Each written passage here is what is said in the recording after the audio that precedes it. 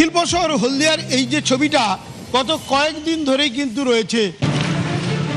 আবহাওয়া দপ্তরের সতর্কতা আগেই ছিল, তারপর সারা রাত টানা বৃষ্টি, যার ফলে জলমগ্ন হয়ে পড়ল আসানসোলের একাধিক এলাকা।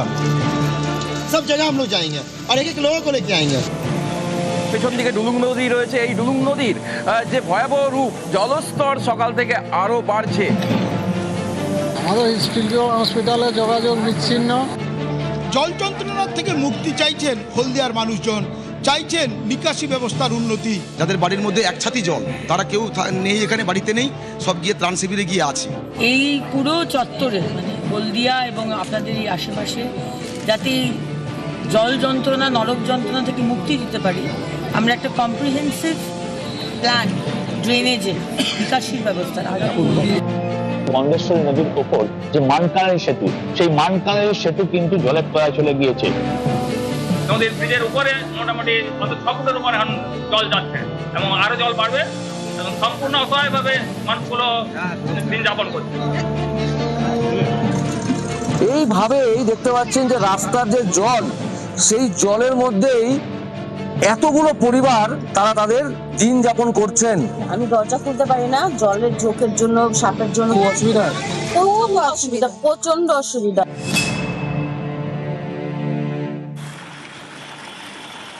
পশ্চিম মেদিনীপুরের সবংয়ের জমি বড় উর্বর হবে নাই বা কেন?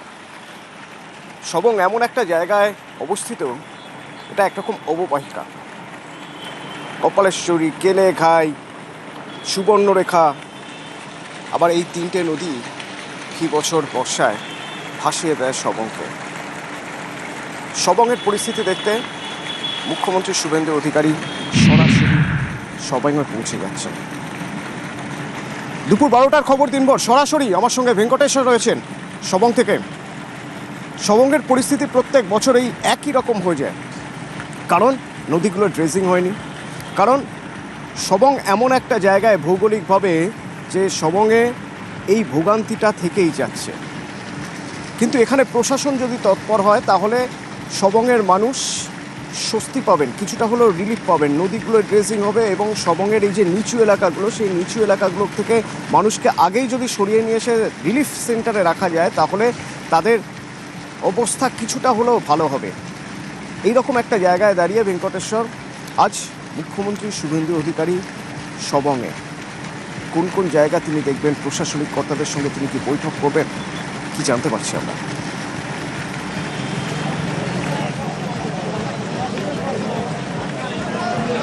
দেখো অতনু, টানা কয়েকদিনের বৃষ্টি এবং তার ফলে পশ্চিম মেদিনীপুরের বিস্তীর্ণ এলাকা সেখানে জলমগ্ন অবস্থায়, এবং ইতিমধ্যেই তুমি জানো যে মুখ্যমন্ত্রী শুভেন্দু অধিকারী এর আগেই একেবারে প্রশাসনের কর্তাদের পাশাপাশি সমস্ত দলীয় যারা জনপ্রতিনিধি রয়েছেন তাদেরও নির্দেশ দিয়েছিলেন যাতে অসহায় মানুষদের পাশে থাকা হয়। সেই জায়গায় দাঁড়িয়ে গতকাল আমরা দেখেছিলাম যে মুখ্যমন্ত্রী একেবারে অন্যান্য মন্ত্রী এবং জনপ্রতিনিধিদের নির্দেশ দিয়েছিলেন আজকে সবংয়ে বিডিও অফিসে তিনি পর্যালোচনা বৈঠক করবেন। এর আগে তুমি জানো যে মুখ্যমন্ত্রী গোটা বিষয়টি নজরদারি চালিয়েছিলেন এবং প্রশাসনের কর্তাদের যাতে কোনো রকম দুর্গত এলাকার মানুষদের যাতে কোনো সমস্যা না হয় তা দেখতে বলেছিলেন, ত্রাণ থেকে শুরু করে সব কিছু। কিন্তু আজকে সকাল থেকে আবহাওয়ার পরিবর্তন হয়েছে। কিছুক্ষণের মধ্যেই মুখ্যমন্ত্রী শুভেন্দু অধিকারী অস্থায়ী যে হেলিপ্যাড করা হয়েছে সেখানে আর কিছুক্ষণের মধ্যেই তার কপ্টার অবতরণ করবে এবং তারপর সোজা সড়ক পথে বিডিও অফিসে গিয়ে সেখানে পর্যালোচনা বৈঠক করবেন মুখ্যমন্ত্রী। এবং সেখানে ইতিমধ্যেই জেলা প্রশাসনের কর্তাদের পাশাপাশি জনপ্রতিনিধিরাও রয়েছেন। এই মুহূর্তে আমি হেলিপ্যাডের সামনে রয়েছি, সেই সামনের ছবিটা তোমাকে দেখাবো যে হেলিপ্যাডের সামনের যে রাস্তা সেখানে প্রচুর মানুষ তারা কিন্তু জড়ো হয়েছেন মুখ্যমন্ত্রীকে স্বাগত জানানোর জন্য। রাস্তার দুপাশে প্রচুর মানুষ তারা ভিড় করে রয়েছেন এবং মুখ্যমন্ত্রীর কপ্টার কিছুক্ষণের মধ্যেই হেলিপ্যাড গ্রাউন্ডে অবতরণ করবে। এবং দেখতে পাচ্ছি যে প্রচুর যারা মহিলা তারাও কিন্তু দীর্ঘক্ষণ ধরে অপেক্ষা করে রয়েছেন মুখ্যমন্ত্রীকে সামনে থেকে দেখার জন্য। অর্থাৎ মুখ্যমন্ত্রীর উপর তাদের যথেষ্ট ভরসা রয়েছে। এবং তুমি দেখতে পাচ্ছ যে রাস্তার দুপাশে যে সমস্ত মহিলারা রয়েছেন তারা কিন্তু সবংয়ের বন্যা পরিস্থিতি পরিদর্শনে আসছেন। মুখ্যমন্ত্রী শুভেন্দু অধিকারী তার সমর্থনে তাকে ধন্যবাদ জানিয়ে সেখানে পোস্টার, প্ল্যাকার্ড হাতে তারা কিন্তু দাঁড়িয়ে রয়েছেন। সব মিলিয়ে বলা চলে সবংয়ে আজকে তিনি গুরুত্বপূর্ণ বৈঠক করবেন এবং সেই বৈঠক থেকে কি নির্দেশ দেন মুখ্যমন্ত্রী সেদিকেও কিন্তু নজর রয়েছে। সব মিলিয়ে সবংয়ের ছবি সবংয়ের ছবি সরাসরি আপনাদের দেখাবো। মুখ্যমন্ত্রী সেখানে পৌঁছবেন, সেখানে তিনি বৈঠক করবেন, কী কী নির্দেশ দেবেন আমরা দেখাবো। তার আগে একবার আপনাদের শুনিয়ে রাখতে চাইবো এই মুখ্যমন্ত্রীর সেখানে পৌঁছানোর আগে মানস ভূঁইয়া কি বলছেন সবং নিয়ে।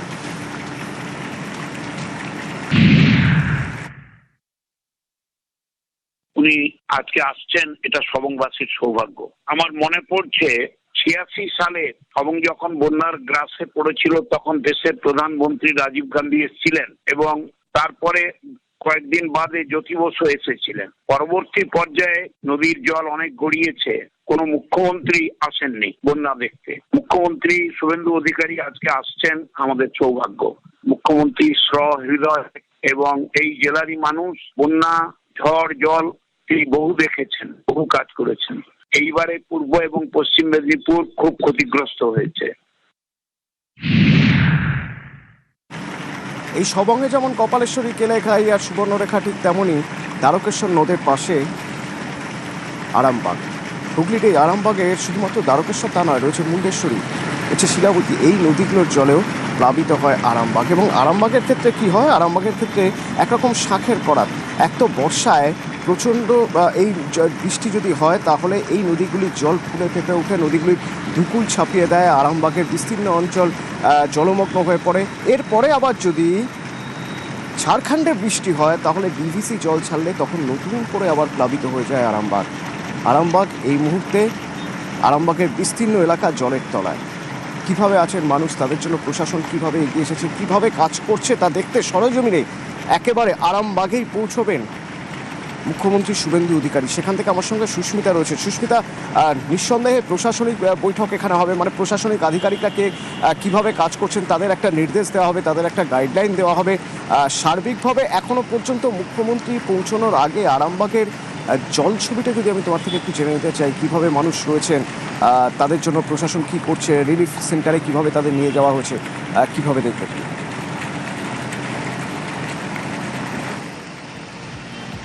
দেখো, তুমি যে কথা বললে সে কথা একেবারেই ঠিক। তার কারণ আরামবাগ খানাকুল এ যেন শাঁকের করাত। একদিকে যেমন বর্ষার জল এবং একাধিক নদীর জলস্তর বাড়ার সঙ্গে সঙ্গে খানাকুল আরামবাগ এই অঞ্চলগুলি যেমন প্লাবিত হয় ফি বছর, ঠিক তেমনি ডিভিসি যদি জল ছাড়া শুরু করে সেক্ষেত্রে তাতে গোদের ওপর বিস্ফোরা বললেও ভুল হয় না। এবং আজ মুখ্যমন্ত্রী শুভেন্দু অধিকারী তিনি আরামবাগের জলছবি বা এই জলছবি হওয়ার আগের পরিস্থিতি বা বন্যা প্লাবিত হলে পরে সেখানে কি সমস্যা সমাধানের সমাধান সূত্র থাকতে পারে সেই সমস্ত বিষয়ে আজ আরামবাগ এসডিও অফিস সেখানে প্রশাসনিক বৈঠক করবেন। ইতিমধ্যেই যারা খানাকুল আরামবাগের যারা স্থানীয় জনপ্রতিনিধি রয়েছেন তারা ইতিমধ্যে এসে উপস্থিত হয়েছেন। ছবিটা একবার দেখানোর চেষ্টা করি। আরামবাগের এসডিও অফিসের সামনে এই মুহূর্তে আমি দাঁড়িয়ে রয়েছি, যেখানে প্রশাসনিক তৎপরতা যেমন তুঙ্গে ঠিক তেমনি মুখ্যমন্ত্রী শুভেন্দু অধিকারী বেলা 2টো নাগাদ এই আরামবাগ এসডিও অফিসে এসে উপস্থিত হবেন, যেখানে শুধুমাত্র এলাকার জনপ্রতিনিধি নয়, সেখানকার প্রশাসনিক কর্তা, সরকারি আধিকারিক তাদের সঙ্গেও বৈঠক সারবেন মুখ্যমন্ত্রী। এবং যে মুন্ডেশ্বরী নদীর কথা তুমি বলছো, সেখানে জলস্তর বাড়লেই একাধিক গ্রাম, সেই গ্রামগুলি জলের তলায় চলে যায়। কিন্তু আমরা গত বছরও দেখেছি যে খানাকুল আরামবাগ একাধিক জায়গা প্লাবিত হয়েছে। সেখানে জল সমস্যা বা জল ছবিটা যেমন সাধারণ মানুষের নিত্যদিনের যন্ত্রণার ছবি, তার পাশাপাশি জলের সঙ্গে বা বন্যা প্লাবিত হওয়ার সঙ্গে সঙ্গে বিভিন্ন জলবাহিত রোগ এবং কীটপতঙ্গ সেগুলিরও উপদ্রবে সমস্যা, সেটা আরো বড় সমস্যা। জল নেমে যাওয়ার পরে এই জল থেকেই হয় দুর্ভোগ। তো আরামবাগেও পৌঁছবেন মুখ্যমন্ত্রী। তার আগে একটা ছবি দেখিয়ে রাখতে চাইবো। সবংয়ের আকাশে এই মুহূর্তে হেলিকপ্টার, যে হেলিকপ্টারে মুখ্যমন্ত্রী শুভেন্দু অধিকারী রয়েছেন। স্বাভাবিকভাবেই তিনি যখন বৈঠক করবেন তখন তার আগে তিনি এই হেলিকপ্টারে আসছেন যখন পুরো সবংয়ের কি পরিস্থিতি সামগ্রিকভাবে হক সাই থেকে একেবারে পাখির চোখ থেকে উপর থেকে তিনি দেখতে পাচ্ছেন। আমার সঙ্গে ভেঙ্কটেশ্বর রয়েছেন। ভেঙ্কটেশ্বর, এটা অনেকটা বুঝতে সুবিধা হবে তার পক্ষে, কোন দিকে জোর দিতে হবে, কোন দিকে নজর দিতে হবে, সবংয়ের কোন দিকে কতটা জল উঠে গেছে, তাই না? একদমই অতনু। এবং মুখ্যমন্ত্রীর কক্ষের ইতিমধ্যেই সবংয়ের বিডিও অফিসের কিছুটা দূরে যে অস্থায়ী হেলিপ্যাড, সেখানে তার কক্ষের অবতরণ করলো এবং কলকাতা থেকে আসার পথে মুখ্যমন্ত্রী হেলিকপ্টারে গোটা পরিস্থিতির উপর নজর রেখেছেন। অর্থাৎ তুমি জানো যে পশ্চিম মেদিনীপুর এবং বিস্তীর্ণ এলাকায় যে জলমগ্ন পরিস্থিতি হয়েছিল, সেই পরিস্থিতি কিন্তু তিনি হেলিকপ্টার থেকেও পরিস্থিতির উপর নজর রেখেছেন। এবং মুখ্যমন্ত্রী শুভেন্দু অধিকারী হেলিকপ্টার সবংয়ের যে অস্থায়ী হেলিপ্যাড সেখানে তার কপ্টার অবতরণ করেছে। আর কিছুক্ষণের মধ্যেই তিনি এই পথ দিয়েই তিনি বিডিও অফিস যে রয়েছে সবংয়ের সেখানে পৌঁছে যাবেন এবং সেখানে পর্যালোচনা বৈঠক করবেন। অর্থাৎ তুমি যেটা বলছিলে যে আকাশ পথে আস্তে আস্তেই মুখ্যমন্ত্রী একেবারে গোটা এলাকার কি পরিস্থিতি, কতটা জল রয়েছে না রয়েছে, সামগ্রিক বিষয়গুলো কিন্তু তিনি এর আগেও প্রশাসনের কর্তাদের কাছ থেকে একেবারে রিপোর্ট নিয়েছিলেন এবং আজকে নিজের চোখে কিন্তু তিনি দেখছেন যে কি অবস্থা রয়েছে, কতটা জল নেমেছে না নেমেছে, সেই মতো পর্যালোচনা বৈঠকে তিনি অংশ নেবেন। এবং তোমাকে আগেই বলেছিলাম যে জেলা প্রশাসনের পাশাপাশি জনপ্রতিনিধিদেরও কিন্তু বিডিও অফিসে সবংয়ের যে বৈঠক সেখানে তাদেরকেও ডাকা হয়েছে, তাদেরকেও বৈঠকে ডাকা হয়েছে, তাদের সঙ্গে বৈঠক করবেন।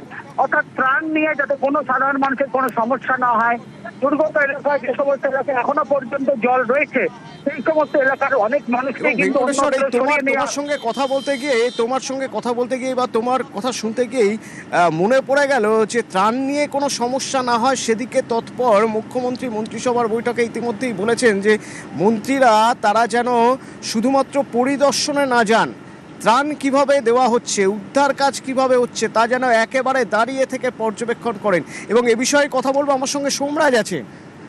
সোমরাজ, আর কি বললেন মন্ত্রিসভার বৈঠকে? আর অন্তত এই যে জায়গাগুলো প্রায় বানভাসী অবস্থা, প্লাবন পরিস্থিতি, সেই জায়গায় জনপ্রতিনিধিদের কিভাবে কাজ করতে হবে, কি নির্দেশ দেওয়া হয়েছে?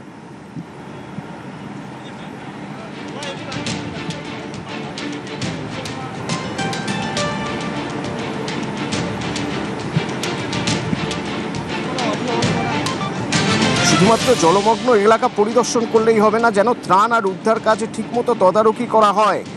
দাঁড়িয়ে থেকে দরকার হলে তদারকি করতে হবে। শুধু মন্ত্রী নন, যারা জনপ্রতিনিধি, বিধায়ক যারা, তাদের প্রত্যেককে জলমগ্ন এলাকায় গিয়ে কাজ করতে হবে।